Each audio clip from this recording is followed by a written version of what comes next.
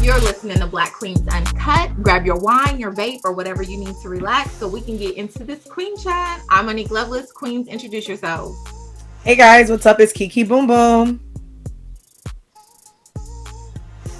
Well, we couldn't hear TK, but she's here. I'm super excited because we do have comedian Steve Owens on, and it's Pride Month, so we will be talking about LGBTQIA plus. Hey!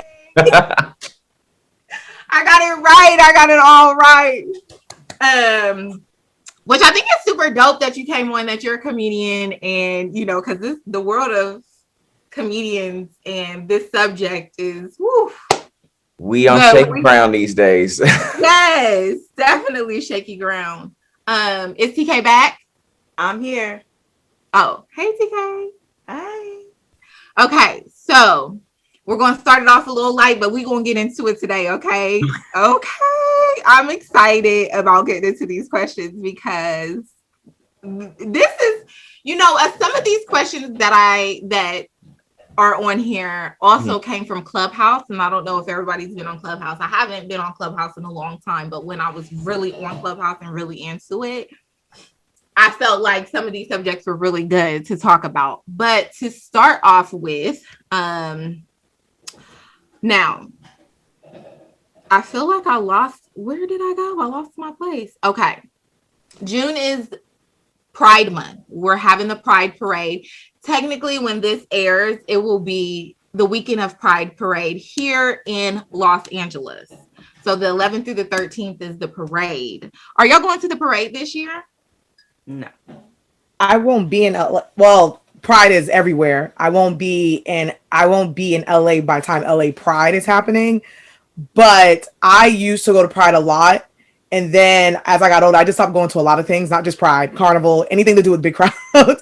But I did go for 2020 because that was a different Pride in Los Angeles, because it was Pride, but we were marching for like all Black rights, all like everybody, gay rights, anybody that was Black, we were marching for. So that Pride was pretty cool. And it was really interesting because it's like we all came together to say like all Black lives matters. So that was dope. So, and because outside is just opening, I'm like, I probably won't be going to anything, but I am happy that Pride is continuing.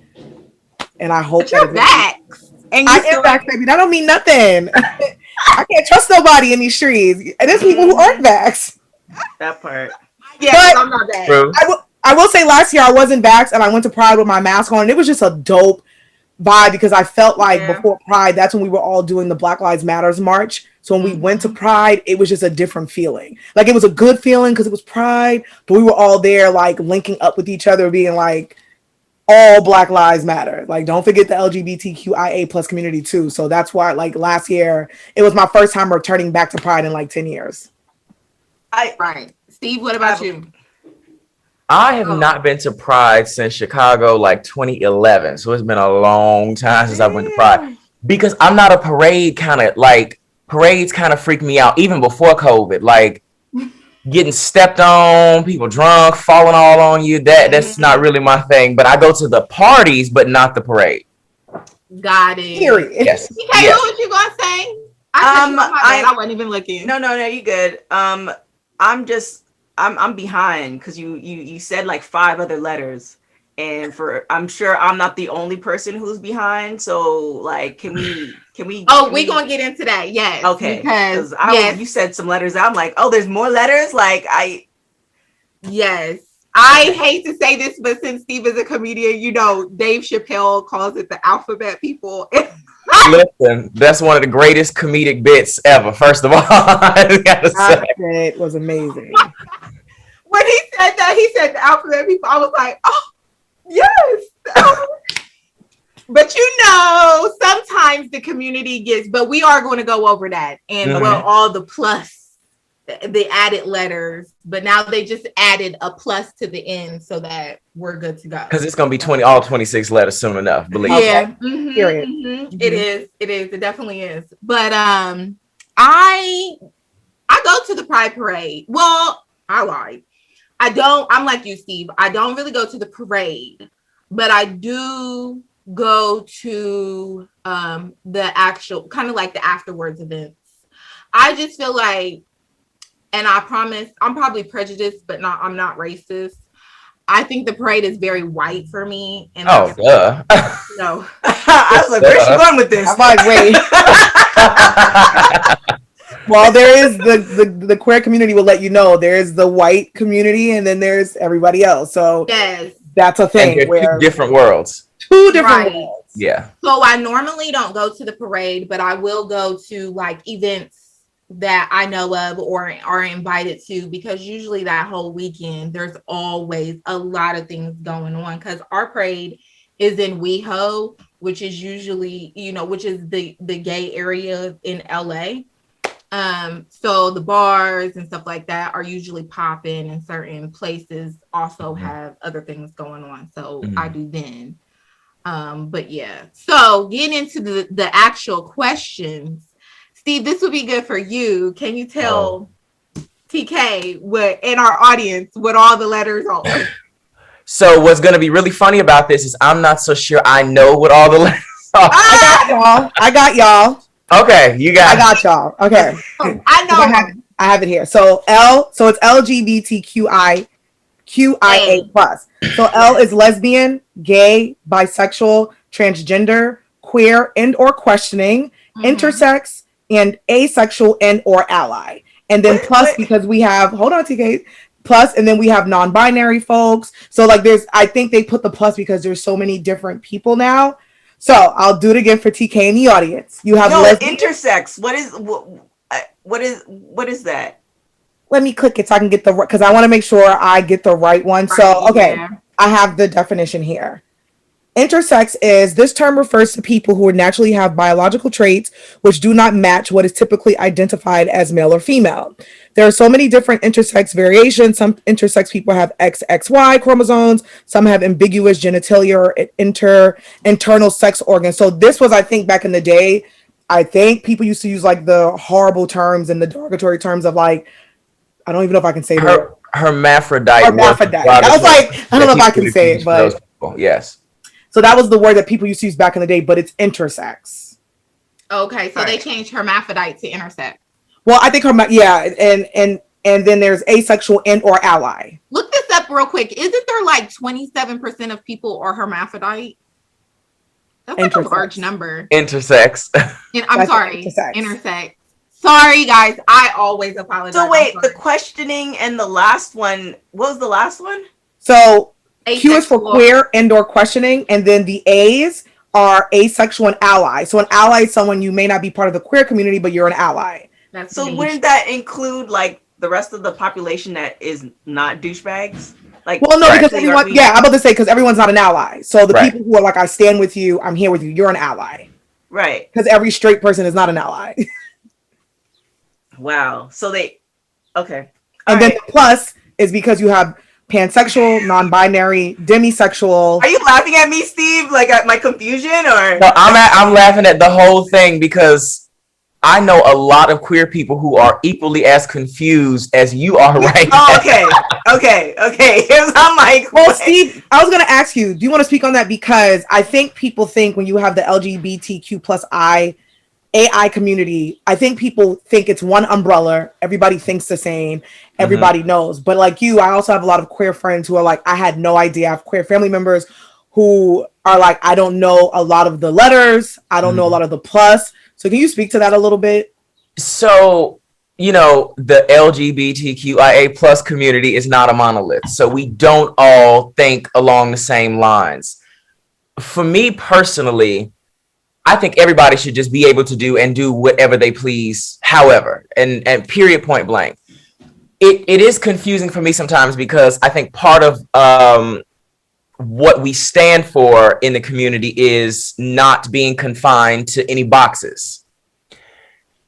On the flip side of that, though, there's a new letter for everything, which in and of itself is a box. So for me, it's like, listen, what happens when I don't identify with any of that and I'm just myself, and however I feel is how I feel and what I do is what I do? That's more where I am. And I know a lot of queer people who are more so on that side of the spectrum.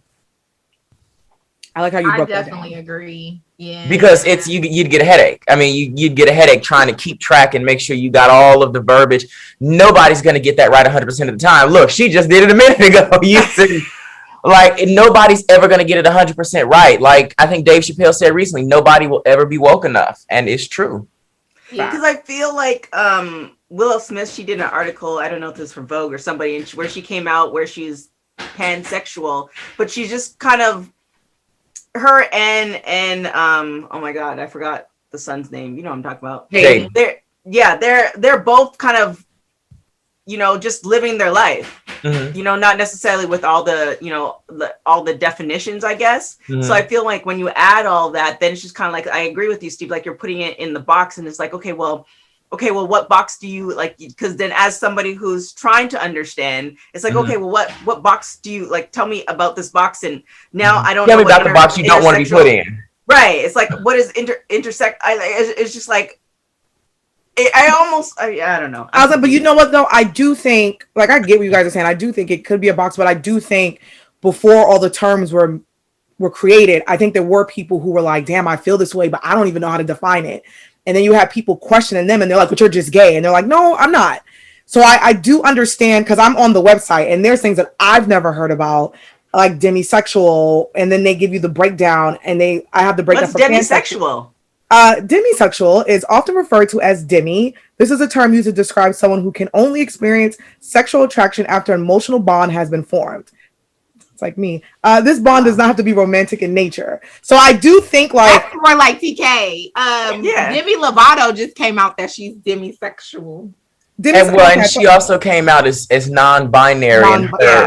Formerly her pronouns are now them, they. Them and they. Yep. I feel weird. I know this is going to sound wrong, but I feel weird calling people they and them. Well, I mean, because they is a group of people, right? So that as far as we had always been taught, them represents a group. So when an individual, I recognize that the reason that is because I guess gender, societal constructs around gender are confining. You're a woman, you have to do this, you got to cook, you got to clean. You're a man, you got to do this. So I understand why people want to be called them, they. I also understand how it's confusing to people who know that them, they represented a group of people for a long time and now it can just be one person. Right. It just sounds grammatically not correct. Mm-hmm. Yeah, like you guys said, like everyone's not gonna get it 100%, but I do appreciate the people who are willing to say and educate folks, and the people who are willing to learn, because now jobs, anything you do, what's your pronoun? Instagram changed the whole pronoun thing now, so I think we're in a time now where it's like, okay, we're here to teach people, but there are people also willing to learn, because there's a lot of things that I thought I knew and I just literally pulled this link up and I was like, whoa, had no idea what half of this meant. And sexuality is really a spectrum, and everybody in some regard falls on that spectrum. I guess for scientific, gay being one extreme, straight being another extreme, everybody falls somewhere in there. In that spectrum, I guess, is represented in all the letters of the LGBTQIA plus community. I guess that'd be the easiest way to think of it. There's even sapiosexual, people who are, attracted to intelligence. Me. I guess I'm one of those people. I'm sapiosexual, folks. I am too. I feel like because there are so many spectrums of sexuality, there's also like 52 different genders they've come to realize too. So there's just not male and female gender.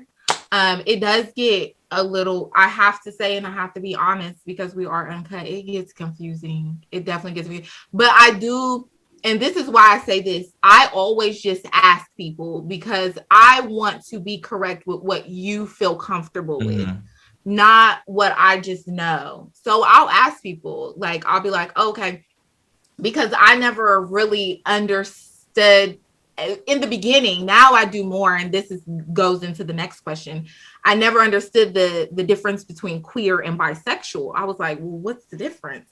But with talking with my friends, they kind of broke it down a little bit better for me to understand the difference of queer and bisexual. And I was just like, okay, got it. So whatever. What's the difference? I'll tell you in a minute, because that's one of the questions. So whatever you tell me, that's what I just go with. And then if I need information about it, I'll ask so that I can educate myself the same way white people should do when it comes to Black culture, but that's a whole different subject. So I just feel like it can become confusing, but when it does, ask. Don't be afraid to ask, because you don't want to offend either. Which brings me to my next question. When I was talking about my friend, what have you learned from your LGBTQIA plus friends? Okay. What have I learned? I think that there really needs to be a space. So grace is a real thing, right? If somebody's asking and really wanting to know, like, what are your pronouns? What is this? And really seeking to understand, we as a community do need to grant people grace to do that and not become defensive or become offended by somebody asking. Because if somebody's asking, it's because they want to know. They're not asking because they want to mess with you. They're asking because they really want to know. I worked with a girl who is transgender, and a Latino woman came in. And after we got done working, the woman said to my coworker, how do you call yourself? My coworker was very, very offended by that. And she's like, my name's Brittany. And afterwards, Brittany's like, why would she say that? And I said, well, so in other languages and other cultures, literally, what is your name translates to how do you call yourself? That is the literal English translation. And in her case, that's what it was. So in English, she said it exactly as she would know it from her language. So she wasn't asking like, oh, what are you? As if you're, it was really, what is your name? So there's a space for grace. I think, I definitely believe that. I think there definitely needs to be a space of grace, and I feel like that's one thing we're going to talk about when it comes to comedy world and the LGBTQ community, because that's a big thing. But to answer your question with this, I feel like my friend teaches me a lot, especially because I do have a lot of gay guy friends. But the one of the things I was taught was the difference between bisexual and queer. Queer is you don't have, and correct me if I'm wrong, anybody on the panel. Queer is when you don't have, like, you don't really, you don't connect with a certain gender. Like, you go off of just personality and you go off of just energy and feelings. You don't look at gender or sex or anything. You're just fluid. When bisexual, it's either you go with both, either the man or the woman. So you can do both sides. Right. But with queer, you're fluid. You are fluid about everything when it comes to, because bisexuality doesn't speak about being attracted to, for example, transgender or intersex people, whereas queer encompasses those. And what's interesting, because I can speak like personally. So for a long time, I would say I was bisexual.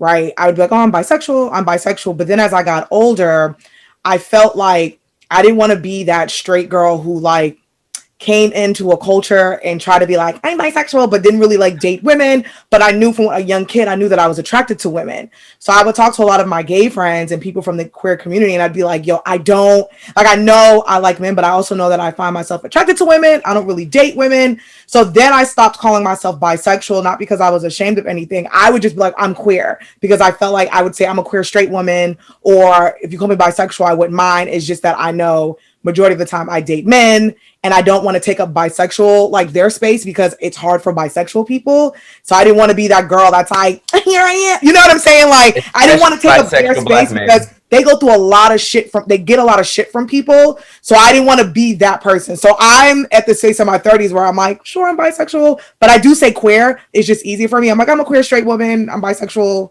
whatever, because I just don't want to be that girl that's appropriating something that's like, so that's how I would use queer. I am so glad that you brought that up. Let's go into our sponsor first for TK. But the bisexual men thing, Steve. Black men. Yes, we're about to talk about that, honey. Well, I don't know too much about the bisexual men, but I do know about men. And me and my gentleman caller, we often use the LaWand, which is a woman-founded premium brand of personal vibrating massagers that bring unparalleled quality to a notorious sketchy industry. LaWand originated as one hell of a classic wand. Get the wand, y'all. All power to them. And it has become a full line of best-in-class, heart-pumping, hair-raising toys. Let me tell y'all, even if you don't use the LaWand for yourself, you're not really into the self pleasure, but you into the together pleasure, which I'm all about. Get yourself that little pleasure shit. I'm planning a trip to Hawaii. I'm bringing it. Me and my boo thing. We gonna, pull it all together so y'all can have a good time. So definitely check out LaWand. I am fully behind them. That wasn't really much of a Bob person, but I am definitely a LaWand person. So go and definitely check them out. LaWandmassager.com. Yes, and that is a good way to kind of segue into this because you was talking about gentlemen callers. So, okay, so this was one of the questions. Would you date? Because I feel like Black men definitely have, and it may not be just Black men, it may be men across the board, but I do see it in Black men. They have such a big problem. Either they're very homophobic or they have such a big problem with bisexuality, but they be on the down low. A lot of them be on the down low. Oh, this is about to get good. This is about to get good. We talking about it. This is uncut. We are talking about it. So first of all, queens, would you date a man if he were bisexual or once bisexual? And Steve, I want you to talk about Black men and bisexuality because that's some things I've learned from my friends as well. Oh, yeah. The man you think that's going to play, your man who you think is going to play basketball with his homeboy ain't going to play basketball. You're going to play with some balls, but it ain't a basketball. Okay, listen. Well, you know why the majority of our community is on the down low, because the majority of our community is homophobic, and that stems from the beginning of time. So the Black community, I love us, but we're a homophobic community. Even today in 2021, if you go on some of these blogs, you read the comments, it's disgusting seeing like the type of shit that people are saying today in 2021. Now, yes, I'm not saying down low world is... But Kiki, I don't mean to cut you off, but would you date a man? Let me get to it, girl. Let me just sip my water. Go on, Kiki. Go on, Kiki. You know what? That was my fault. It's okay. Let me sip my tea. Okay, so I used to say no. I actually dated a bisexual guy, and this is even when I was like, no, I did date a bisexual guy.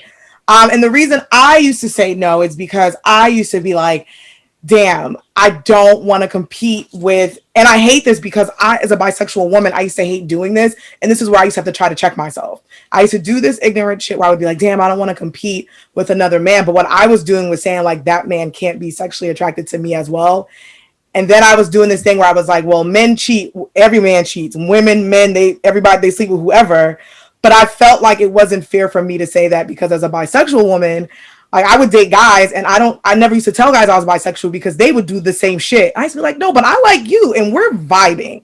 So then I would have to check myself and be like, well, damn, if I can do that, how come I can't give a guy that grace? So then I had to check myself. I had to be like, damn, is this stemming from like, it's kind of homophobic? Like, why am I feeling this way? So I went through a lot of like things where I would talk to myself. So like before I used to say no, and I think it was just me being selfish and being like, no.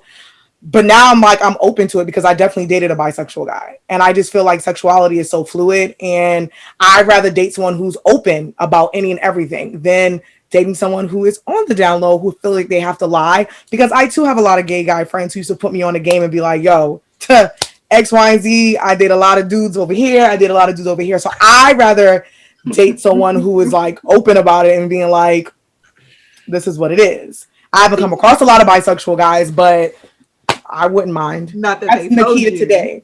That's just me being honest. They just ain't said nothing to you. Yeah, that's what I said. They ain't said that. But I'm talking about I haven't come across a lot of open bisexual men. Like I'm not talking about men on the down low. I'm talking about open bisexual men who are like, I'm bisexual. I came across one and we went on a few dates and he was a good time. Like we had a great time. I haven't come across that a lot. So if I did come across it, I wouldn't shun someone and be like, oh, you're bi. No, I'm good. Like, I wouldn't do that.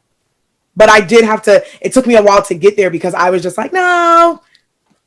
But then I'm like, girl, who the fuck are you? Because, like, you're bisexual. Hooray for growth. Okay, that's good. Growth. I think that is what it has to do with. And I think you, in the moment, you don't really know what you would do until you just like, because it happened to me and I just found out. And I was like, yo, how am I supposed to feel? And I was like, but I have, not only is this person my dude, but he's also one of my like really good friends. And so, but he's very much DL, and I just feel like, when I think about it, of course, when you chopping up with your girlfriends, most girls are gonna be like, oh no, like, But I think we gotta start to control. We gotta like distinguish like DL and bisexual men, because there are bisexual men who are out. DL just means these are just men who are ready to be straight. They're just down low. Like, there's a difference. Willing to live their truth. Yeah, there's a difference between bisexual and down low. And that's what I think. I came from a place where I felt bad because he wasn't living his truth. And I was just like, yo, you're not living your truth. But at the same time, it was just kind of like, okay, but how do I feel? Because I always used to be like, oh, no. I'm the same way with you, Kiki. Like, oh, no, like, not at all. Or like if you chop it up with your girlfriends or you tell them or whatever, they're like, ew, no, like I couldn't. Or I even talked to one girl and I had to stop kind of talking to her because she was like, well, I don't want AIDS. I was like, what? What does that mean? I said, the ignorance in that remark just made me get off the phone because I can't even educate you. The ignorance, because the AIDS is high in the straight community. Like, come on. Exactly. And so I just, now I just don't know. I feel like whoever comes along, it depends on who the person is. Because it could be a dope ass dude who's just like, you know what? I've done this, or I am interested and I'm open, and I'm just like, yo, we vibe so much, and we're just like soulmates. Like, I can't deny that. I'm not going to deny that. If we are soulmates, I'm not going to deny that. So TK, before you go into it, Steve, because I want to get your take on it. TK, would you date a bisexual man? There's two TKs at the moment. The one TK is very West Indian. And the West Indian community, if you talk about just Black in general, but the West Indian community is like maybe 10, 15 years behind as far as progression. So there's still very much gender roles. And I think part of me may have like questions, and, part of me may like say, I don't know. But then other part of me is like, if this man is treating me like a queen and how I want to be treated, and we're on that same level that we want to build an empire, and this was something like, past stuff, or, I'm saying like, that type of stuff, then I would definitely be open. But it's definitely more of a conversation. And also, if he's not from the West Indian community that just entered into that, that's something that he would also have to understand, that that's going to be like, discussions and hurdles, and, you might not hear the most positive thing because, sometimes we can be harsh. So I think that's okay too. Yeah, it's definitely up for discussion.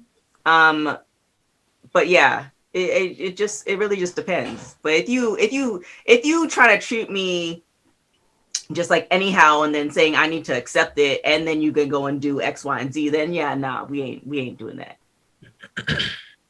Okay, Steve, get into it. Well, first of all, I just want to say, TK, when I said that's okay too, growth is a journey, right? So if it's the first time you're being confronted with said situation, there's going to be some growing pains in that. There are going to be times you are not going to say the appropriate terms and verbiage, and you guys are just going to have to work through that. And that's actually, I would rather you be in that space where you may say something and you learn like, okay, that's not the right thing to say, than to completely be like, nah, I can't deal with that. So that speaks a lot to your character.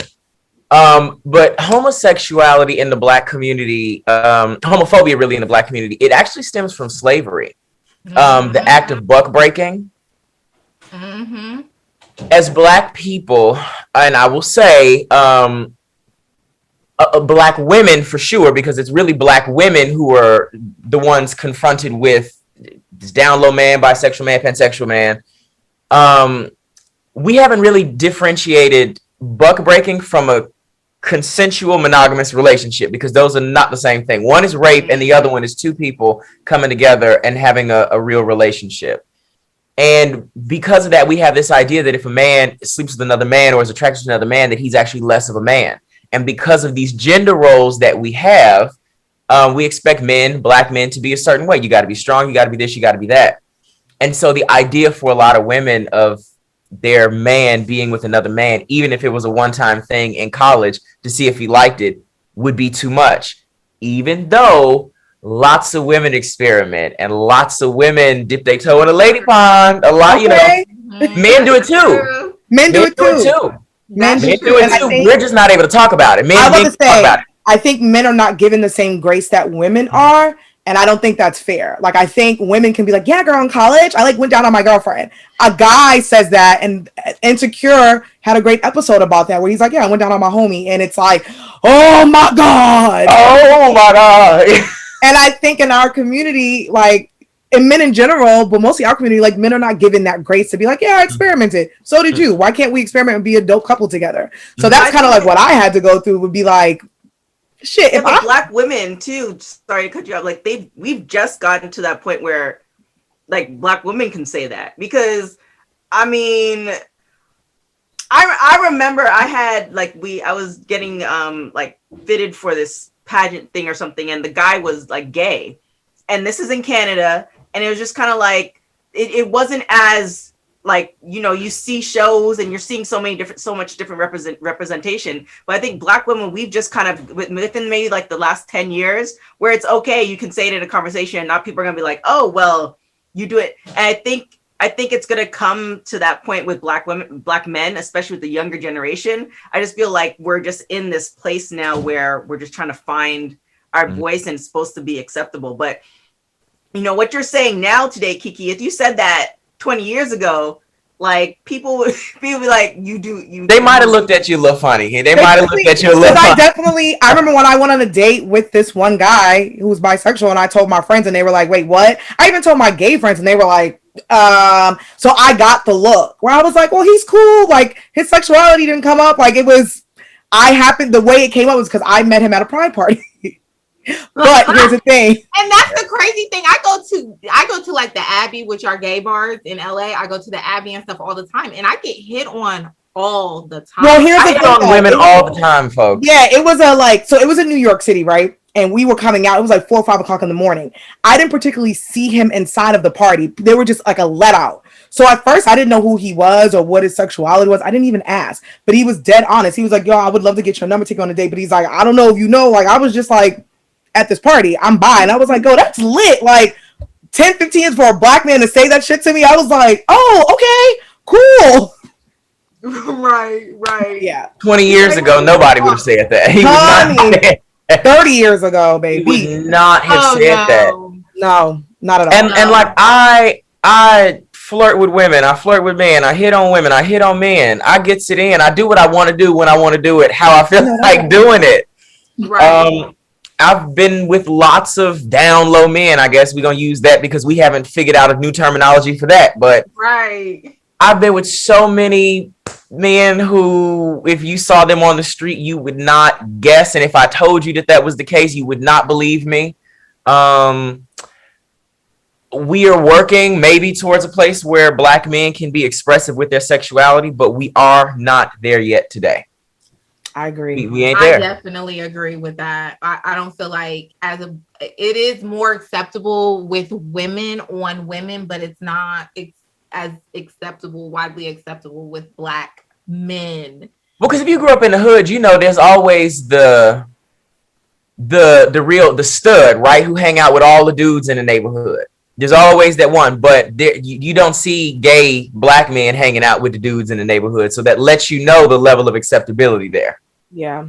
Right. Yeah. One day our community will one day, I don't know when, one day we'll get to a place where you know, Black men and Black women can feel comfortable, and down low term might be gone because now people will be able to be like, I fit in one of these letters. I fit on this like spectrum. One day, I don't know when, but one day. Soon.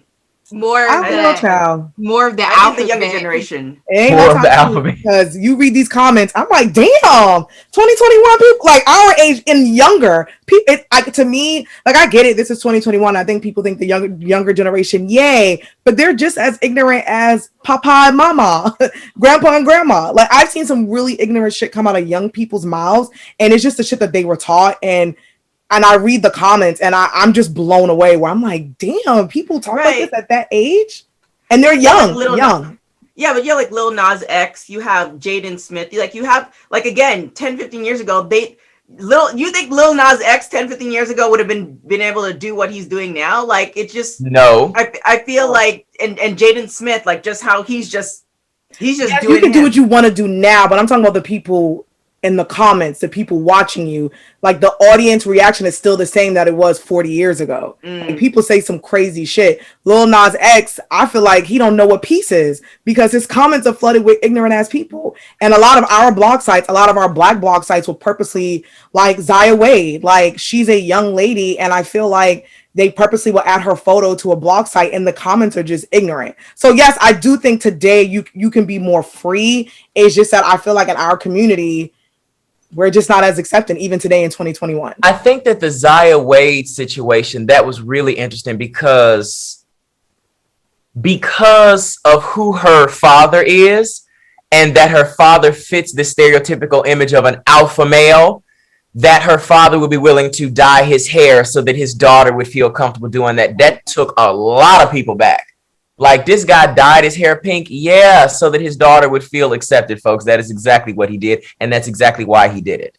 And that's why he's a great father. Yes. Like, seeing Dwayne Wade in real time and talk about his journey with Zaya, and even him doing interviews and talking about how he was ignorant to a lot of things and saying, like, this is my daughter, this is my kid who I want to be. Like, seeing that, I think is dope because now, like you said, like the quote unquote alpha man, he sat down with a bunch of sports guys and they talked about it. Like, seeing that, I feel like seeing that dialogue, that dialogue is amazing. And people don't believe it. Like, and then everybody's like, well, that's a child. Well, when I was 3, my parents knew what it was. Okay. What's Love Got to Do with It was my favorite movie. Okay.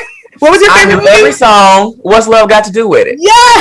I knew every song. I knew all the choreography. My mama had a big safe in the corner of the room, and I used to sleep in a long Chicago Bulls t-shirt. Oh. And I would stand on the safe and twirl around and be like, look, I'm Tina Turner. This is my dress. And your mama at 3 probably was like, I know my child. Parents know. She was like, they do. Okay. All right. They don't want to admit it. They do. Which actually, I do want to ask you this before we do wrap up, because we could keep going on and on forever with this topic. It's such a great topic because we don't get to express ourselves as much it always feels like a touchy subject, which comes to comedy. Do you ever think that LGBTQIA will ever see eye to eye with comedians? Since you are a comedian, I feel like this is such a big, especially somebody like Dave Chappelle, who just doesn't give a fuck. So the answer to that, I think, might be no. But because I'm a member of the community, I have a certain license to be able, like, as Black people, we could say the N word and we could say certain stuff. Yeah. I can say certain things about my community that a Dave Chappelle can't say because he's not a part of the community. But I will say it is a real fine line because I have a joke about the LGBTQIA BCDEFGHIJKLMNOPQRSTUVWXYZ 1, 2, 3 community, because one day people are gonna be identifying as numbers. We're gonna run out of a letter. And it's funny, people laugh, but there's always 1 or 2 people who be like, and I'm like, folks, I'm a member, I swear, but I gotta call it like it is.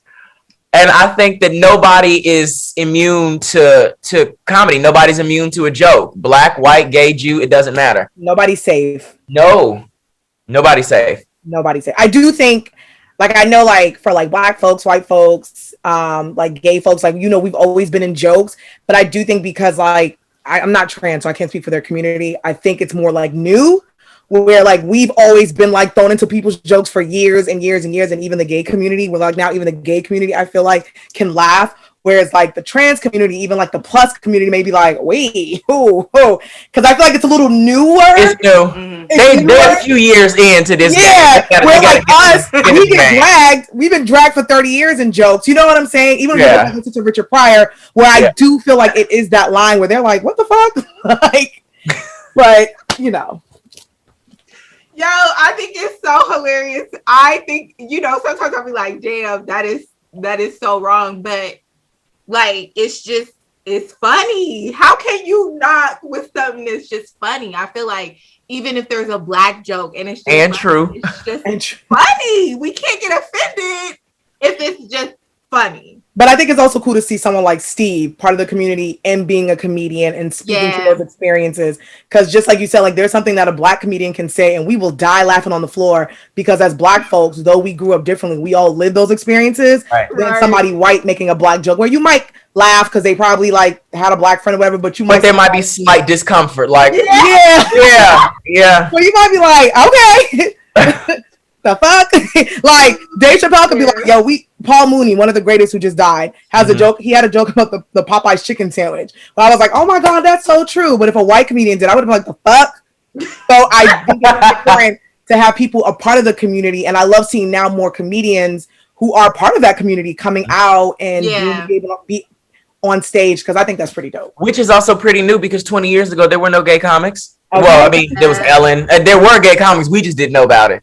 Okay. Well, they had blacklisted Ellen when she finally came out. So. Canceled the sitcom, yeah. And to see black gay comics. And she was a white woman, and they did. I was about to say she was a white woman. She was a white woman. They did that. Today we have black gay comics. We have black people part of the queer community. Like to see like the trans community on TV, to see shows like black people. I think that's the type of conversation that is going to start having our community be like, okay, like. Right. Here we are. Let's have these conversations. I think it's dope.